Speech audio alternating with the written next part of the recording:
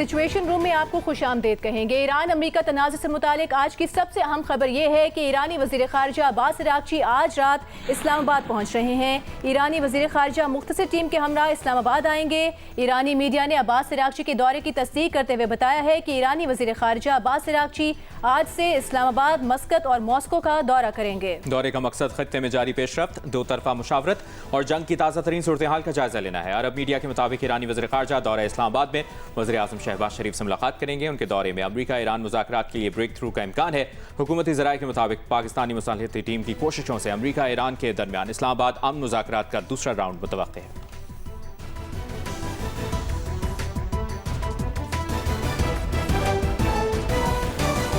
इससे पहले ईरानी वज़ीर ख़ारजा अब्बास अराग़ची ने पाकिस्तान की सियासी और अस्करी क़यादत से राबता किया है। तर्जुमान दफ्तर ख़ारजा के मुताबिक नायब वज़ीर आज़म और वज़ीर ख़ारजा इसहाक़ डार को ईरानी वज़ीर ख़ारजा अब्बास अराग़ची ने टेलीफोन किया, जिसमें खित्ते की सूरत हाल, जंगबंदी और इस्लामाबाद की जानिब से अमेरिका ईरान राबतों के लिए जारी सिफारती कोशिशों पर गुफ्तगू की गई। इसहाक़ डार ने कहा कि खित्ते में अमन और इस्तेहकाम के लिए फौरी पेशरफ्त नागुज़ीर है। ईरानी न्यूज़ एजेंसी के मुताबिक ईरानी वज़ीर ख़ारजा ने army chief field marshal Asim Munir से भी टेलीफोन पर गुफ्तगू की, जिसमें खित्ते की सूरत हाल और जंगबंदी से मुतालिक उमूर ज़ेर गौर आए। न्यूज़ एजेंसी के मुताबिक ईरानी वज़ीर ख़ारजा ने पाकिस्तानी क़यादत से अलहदा राबते किए।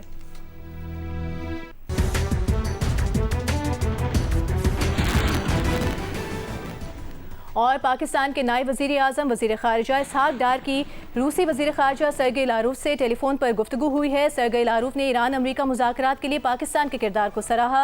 इसहाक़ डार ने मसाइल के हल के लिए मुकालमा और सिफारतकारी जारी रखने के आज़म का अयादा किया। दफ्तर ख़ारजा के मुताबिक गुफ्तगू में वज़ीर आज़म शहबाज शरीफ का दौरा रूस जल्द शेड्यूल करने पर भी बातचीत की गई। इसहाक़ डार ने सर्गेई लारोव को पाकिस्तान के दौरे की दावत भी दी।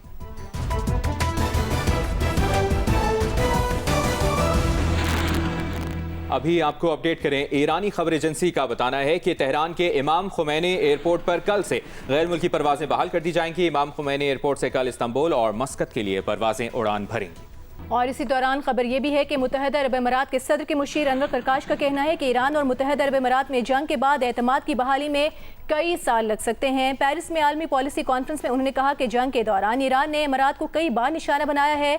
आप हमें 2800 मिसाइलों और ड्रोन से निशाना बनाएं और फिर एतमाद की बात करें तो ये एतमाद बहाल होने में बहुत तवील वक्त लगेगा।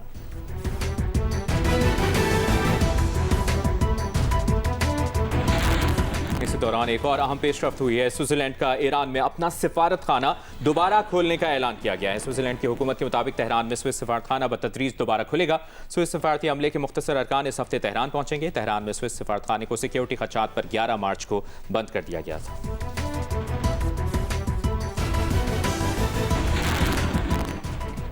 अमरीकी वज़ीर जंग पेट हेग्सेथ का अहम बयान सामने आया है। उन्होंने एक बार फिर कहा है कि ईरान डील कर ले, बॉल ईरान के कोर्ट में है। प्रेस ब्रीफिंग में उनका कहना था कि ईरान एटमी हथियार नहीं बना सकता, बेहतर होगा कि डील कर ले। ईरानी समुद्रों की अमरीकी नाकाबंदी हर गुजरते दिन मजबूत हो रही है। जी हाँ, आपको अपडेट करें, नाकाबंदी जब तक जरूरत होगी बरकरार रहेगी। ये भी कहा ईरान को मुज़ाकरात पर मजबूर करने के लिए नाकाबंदी मजीद सख्त कर दी है। यूरोप को अपना हुर्मुज़ की जरूरत हमसे ज्यादा है। ये लड़ाई सिर्फ अमरीका की नहीं होनी चाहिए। यूरोप और एशिया दहाइयों से अमरीकी तहफ़्फ़ुज़ से फ़ायदा उठाते रहे। मुफ्त में फ़ायदा उठाने का वक्त खत्म हो चुका। लबनान में गुज़श्ता माह ज़ख्मी होने वाला यूएन अमन मिशन का इंडोनेशियन निज़ाद रुकन दम तोड़ गया है। लबनान जंग में हलाक होने वाले यूएन मिशन के एहलकारों की तादाद 6 हो गई है। और यहाँ आपको बताएंगे कि हिज़्बुल्लाह के रुकने पार्लियामेंट अली फ़याद ने लबनान जंगबंदी को बेमानी करार दे दिया है। हिज़्बुल्लाह के रुकने पार्लियामेंट अली फ़याद का जारी बयान में कहना है कि लबनान और इसराइल के दरमियान जंगबंदी का मुआहदा मुसलसल इसराइली जारहाना इक़दामात के बायस बेमानी हो चुका है। हिज़्बुल्लाह को लबनान में इसराइली हमलों के जवाब देने का हक हासिल है। अफसोसनाक खबर है, वादी नीलम में ताउबर से केल आने वाली सयाहों की गाड़ी दरियाई नीलम में गिर गई। हादसे में खातून सयाह जाम बहक और 5 अफराद जख्मी हो गए। रेस्क्यू हुक्काम के मुताबिक हादसा फिसलन के बायस पेश आया। गाड़ी को दरिया से निकाल लिया गया है। कराची आर्ट्स काउंसिल में मुनफरिद तस्वीरी नुमाइश का आगाज हो गया है। नुमाइश में माहौलियाती तब्दीली, हिजरत और समाजी गुमशुदगी के मौज़ूआत को पेंटिंग्स के जरिए उजागर किया। रिपोर्ट कर रही हैं नुमाइंदा जियो न्यूज़ किरण खान। आर्ट्स काउंसिल कराची में माहौलियाती तब्दीली और इंसानी ज़िंदगी पर इसके असरात के हवाले से मुख्तलिफ फ़नकारों के फ़नपारों से सजी नुमाइश का एहतमाम किया गया। नुमाइश में अदीला सुलेमान, अली बलोच, खौला जमील, मारिया पटेल और नादिर सिद्दीकी के फनपारे शामिल हैं। इन फनपारों में बिलखुसूस कराची और मुल्क के दीगर हिस्सों के बदलते मंजरनामे और इंसानी जिंदगी पर माहौलियाती असरात को उजागर किया गया है। मुंतज़मीन के मुताबिक नुमाइश का मकसद मौसमियाती बहरान, नकल मकानी और खामोशी से जन्म लेने वाली गुमशुदगी को एक नए ज़ाविये से पेश करना है। मैंने ये प्रोजेक्ट जो है एक प्रोफेसर है निकोला खान, उनके साथ किया है। एंड द आइडिया इज़ कि जिन लोगों का, जिन आर्टिस्ट का काम है फ्लड्स के ऊपर, डिस्प्लेसमेंट के ऊपर, माइग्रेशन के ऊपर, शनाख्त के ऊपर, फोकसिंग ऑन कराची प्रेडोमिनेंटली, लेकिन हमारी एक फिल्म कलाशा कम्युनिटी के ऊपर भी है। तो हम डिफरेंट आर्टिस्ट्स को यहाँ पर लेकर आए हैं जिनका काम डिस्प्लेसमेंट, डिजास्टर, डिसअपीयरेंस के बारे में बात करता है। फनकारों ने मुख्तसर दौरानिए की दस्तावेजी फिल्म समेत ऑडियो स्टोरी के साथ फोटोग्राफी और अपने दीगर फनपारों की नुमाइश भी की है। इकोलॉजी की डिसअपीयरेंस जो है वो डॉक्यूमेंट भी नहीं हो सकती और ना उसके बारे में कोई इस तरह से बात हो सकती है, तो उसको एक डिफरेंट एंगल चाहिए था।